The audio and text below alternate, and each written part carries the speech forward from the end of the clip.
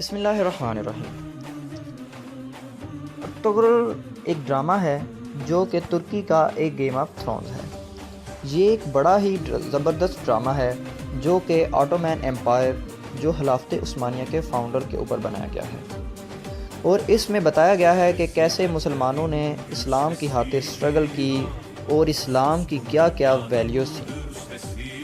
تو چلیں اپنے ٹاپک کی طرف چلتے ہیں کہ ارطغرل غازی کون تھے۔ اور ارطغرل غازی خلافت عثمانیہ کے بانی ہیں۔ آپ کی پیدائش 1188 عیسوی میں ہوئی اور وفات 1280 سے۔ کچھ کتابیں 1281 میں بتاتی ہیں۔ آپ کے 3 بیٹے تھے جن کا نام کندھوز، سب سے بڑے بیٹے کا نام کندھوز تھا، اس سے چھوٹے ساوچی، اور سب سے چھوٹے بیٹے کا نام عثمان غازی تھا، جنہوں نے آ کر آگے سلطنت عثمانیہ کی بنیاد رکھی۔ اور پھر یہ سلطنت عثمانیہ 1291 سے لے کر 1924 تک، یعنی کہ 600 سال تک ان ترکوں کی تلواروں نے امت مسلمہ کا دفاع کیا۔ ارطغرل غازی کا خاندان وسطی ایشیا سے یہاں آیا تھا۔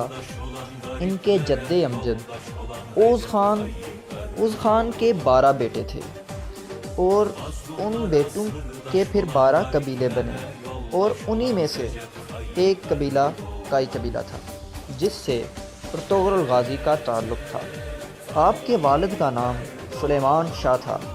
ارطغرل غازی کے 3 اور بھائی تھے، سارم، زویجان اور گلدارو۔ آپ کی والدہ کا نام ہائمہ تھا۔ آپ کا قبیلہ سب سے پہلے وسط ایشیا یعنی سینٹرل ایشیا سے ایران، پھر ایران سے اناطولیہ آیا تھا، منگولوں کی یلغار سے بچنے کے لیے، جہاں سلطان علاء الدین جو سلجوق سلطنت کے سلطان تھے اور سلجوق ترک سلطنت سلطان الپ ارسلان نے قائم کی تھی۔ 1071 میں بازنطین کو بیٹل آف مانسکرٹ میں عبرت ناک شکست دے کر، اور سلطان الپ ارسلان تاریخ کی بہت بڑی شخصیت تھی، اور اسی سلطنت کا آگے جا کر سلطان علاء الدین سربراہ بنے تھے۔ اسی سلطان علاء الدین کے سائے تلے یہ 12 قبیلے اوغوز خان رہتے تھے، اور کائی قبیلے کے سربراہ ارطغرل غازی بنے۔ اپنے والد سلیمان شاہ کی وفات کے بعد سب سے پہلے اہلت آئے، پھر اہلت سے حلب روانہ ہوئے 1232، جہاں سلطان صلاح الدین ایوبی کے پوتے العزیز کی حکومت تھی۔ سب سے پہلے ارطغرل غازی نے العزیز سے دوستی کی، پھر سلطان علاء الدین کی بھانجی حلیمہ سلطان سے شادی کی، جس سے آپ کے 3 بیٹے ہوئے۔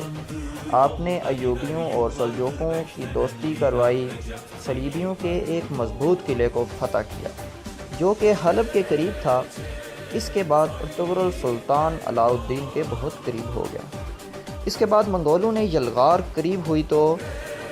یلغار جب قریب ہوئی تو ارطغرل غازی نے منگولوں کے ایک اہم لیڈر نویان کو شکست دی۔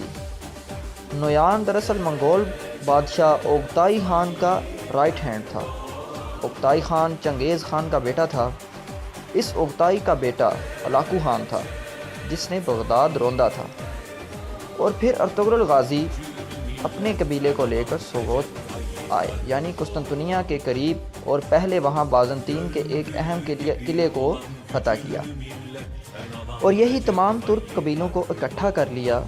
سلطان علاء الدین کی وفات کے بعد ارطغرل غازی سلطان بن گئے سلجوق ریاست کے، اور اس کی نسل سے جا کے سلطان محمد فاتح رخ تھے، جس نے 1453 میں جا کے قسطنطنیہ فتح کیا تھا۔ اسی پہ حضور اقدس صلی اللہ علیہ وآلہ وسلم کی پیشن گوئی پوری ہوئی۔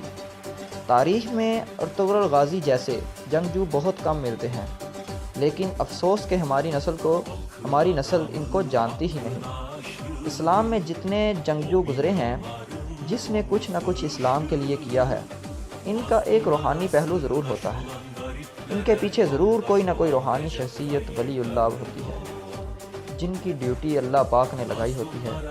تاریخ اٹھا لیں، اسلام کے آغاز سے لے کر اب تک آج بھی اگر کوئی اسلام کے لیے اور امت مسلمہ کے لیے کوئی ڈیوٹی کر رہا ہے تو ان کا کوئی نہ کوئی روحانی پہلو ضرور ہوگا۔ اس جنگجو ارطغرل کے پیچھے اللہ پاک نے اور حضور صلی اللہ علیہ وآلہ وسلم کے فیضان سے جن کی ڈیوٹی لگائی گئی تھی وہ شیخ محی الدین ابن العربی رحمۃ اللہ علیہ تھے، جو کہ اندلس سے ارطغرل غازی کی روحانی مدد کو پہنچے تھے۔ حضور صلی اللہ علیہ وآلہ وسلم کی خوبصورت حدیث ہے کہ مومن کی فراست سے ڈرو کہ وہ اللہ کے نور سے دیکھتا ہے۔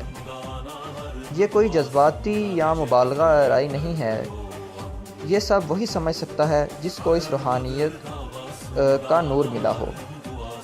اللہ پاک ارطغرل غازی درجات کو بلند فرمائے اور ہزاروں رحمتیں ہوں، آمین۔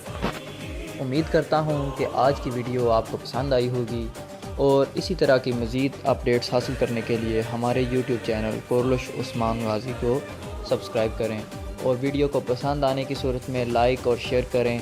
شکریہ، جزاک اللہ۔ بسم اللہ الرحمن الرحیم۔